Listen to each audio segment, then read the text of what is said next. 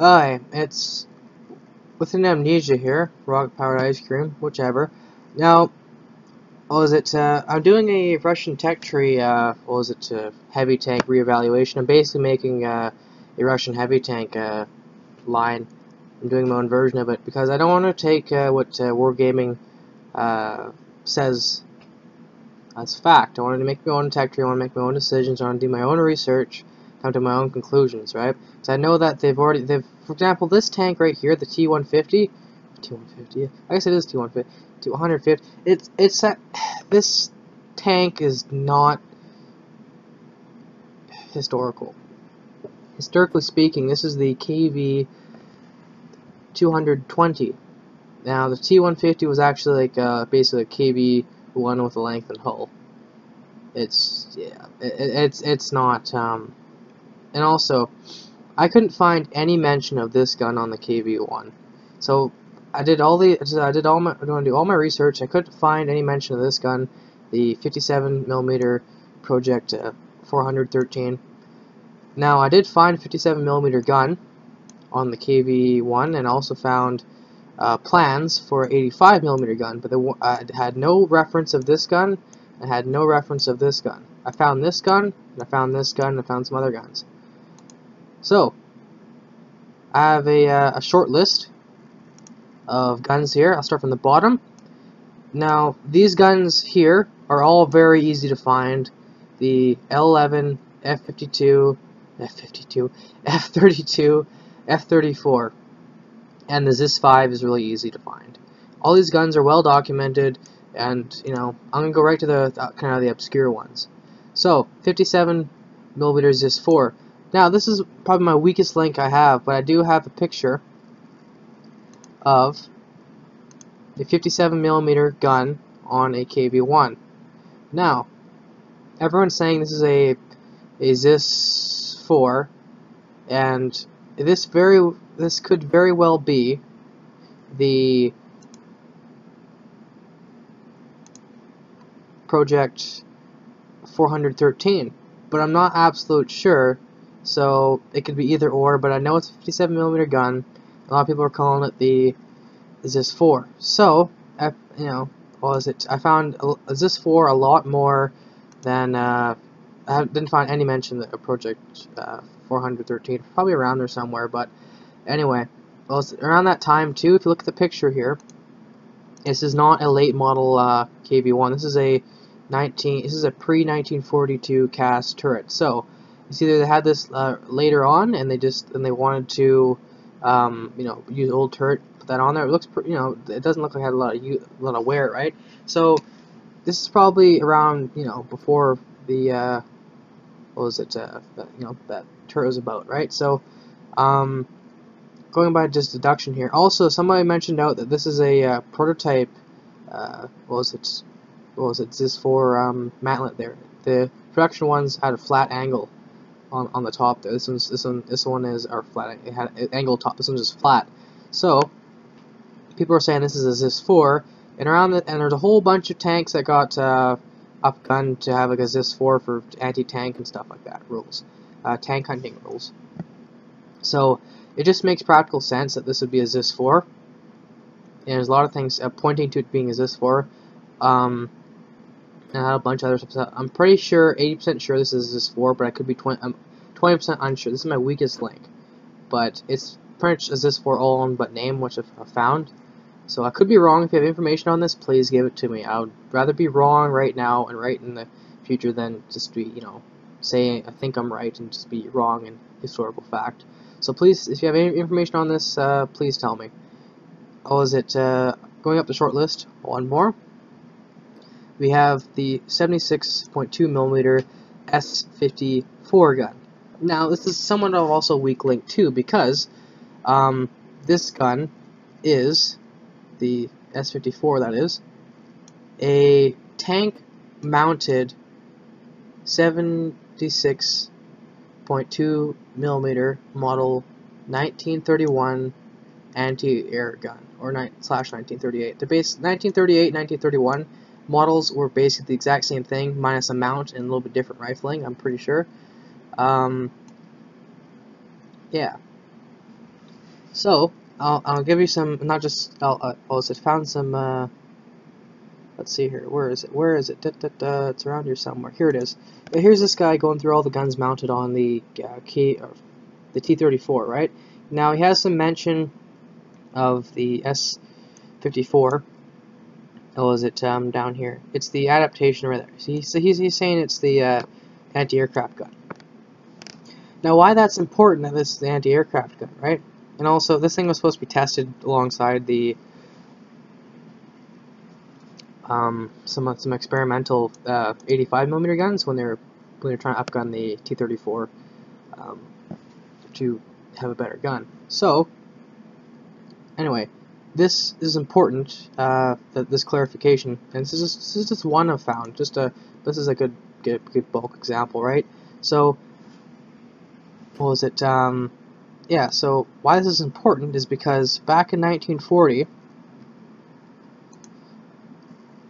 It was ordered from, what was it, the G, ordered, but more ordered, wish list, whatever, right? It was wanted by the GABTU, well, no, GAB, yeah, TU, wish list 1940, right? And here, I'm going to say it right here. The KV tank must have a 76mm gun with a muzzle velocity of at least 800 meters a second in order to penetrate 80 to 70 or 70-80 millimeters of armor at 1,000 meters. The gun must fire quickly, have a sufficient stock of ammunition, must have an armor-piercing shell and high explosive grenade.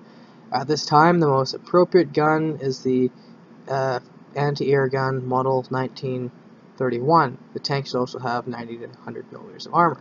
So, this gun, a.k.a. gun model 1931, is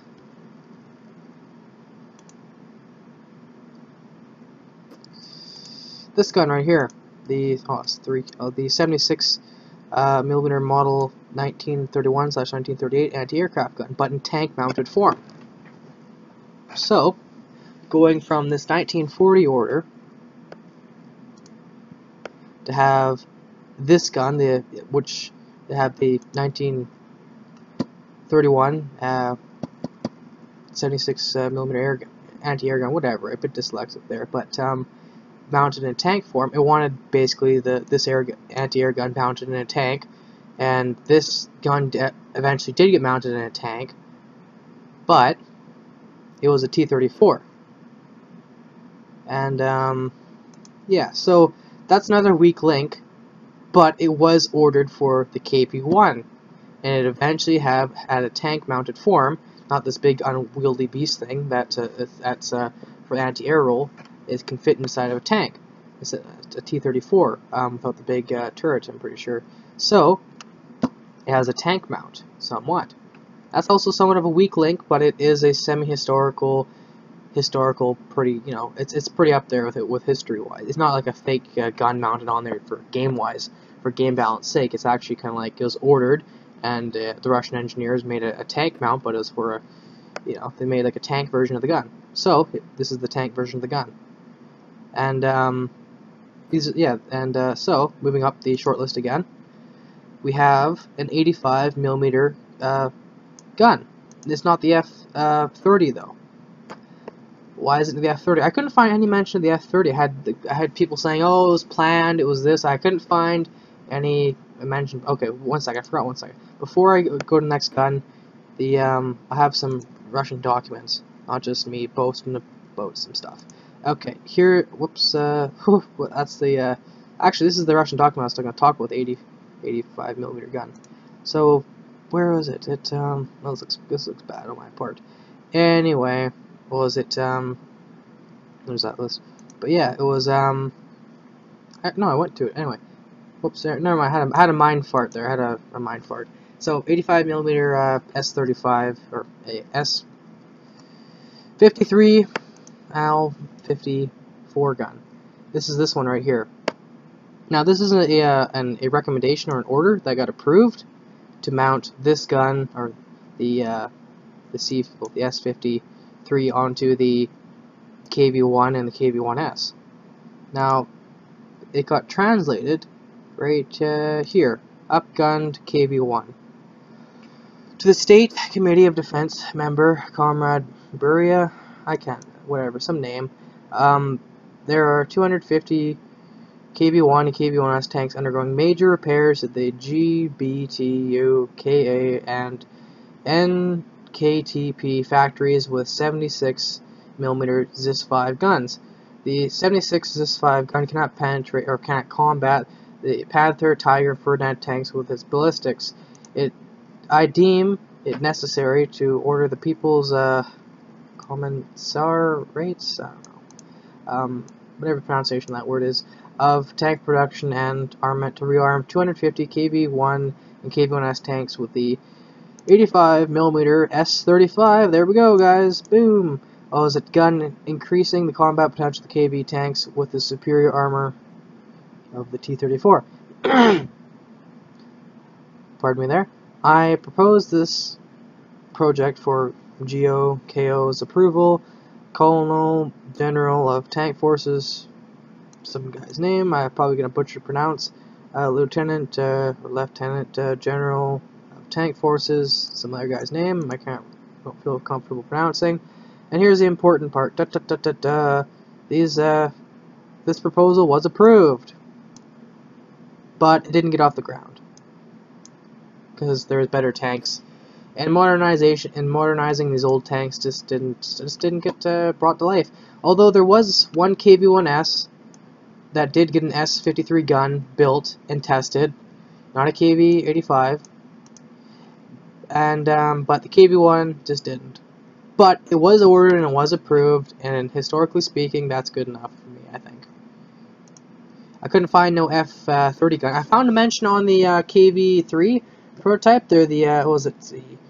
Right from memory here, the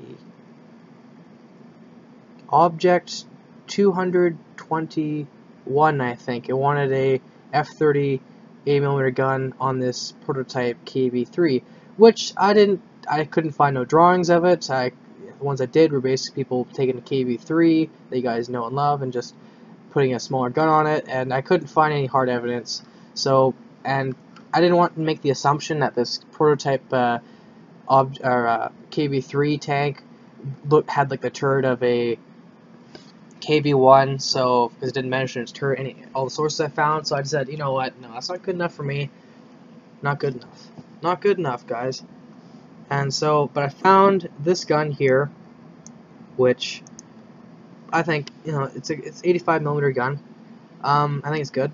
Also, this gun here, the U11, it's not actually 120. People say it's 122 milliliters, but it's 121.9 U11. This is the KV-9. If I can find it right here. Here we go. KV-9. Now, here's the gun it had. The howitzer, the U11, KV-9. Basically, it's the KV-1 turret, and the gun can fit in there. So, there you go, guys. Here's all the guns I found in like 7 hours of research on Google there, going through image searches and crazy, just going bananas and nuts. For example, just an extra tidbit here. Here's all the crazy tabs. This is about, I had to restart I basically just got lost in tabs. I closed it, restarted it, got lost in tabs again, closed it. So I had basically like 3 times the amount of tabs. Just going nuts, going to town on the internet, just go, was reading and this stuff. I know a bunch of like really obscure tank data researchers. I just spent like years and years of just going on the internet, just going crazy finding tank information. So I just, for example, AV Armor is a really good website. I like it. This is actually, yeah, I thought of this one a little bit later, but yeah, a whole bunch of stuff. For example, archive awareness, really good for Russian stuff.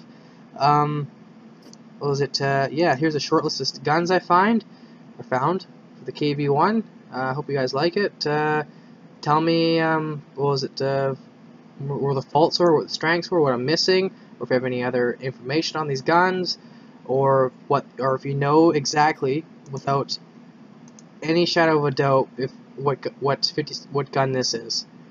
So yeah, thank you for watching. Take care, guys, and I'll see you next time. Alright, bye for now.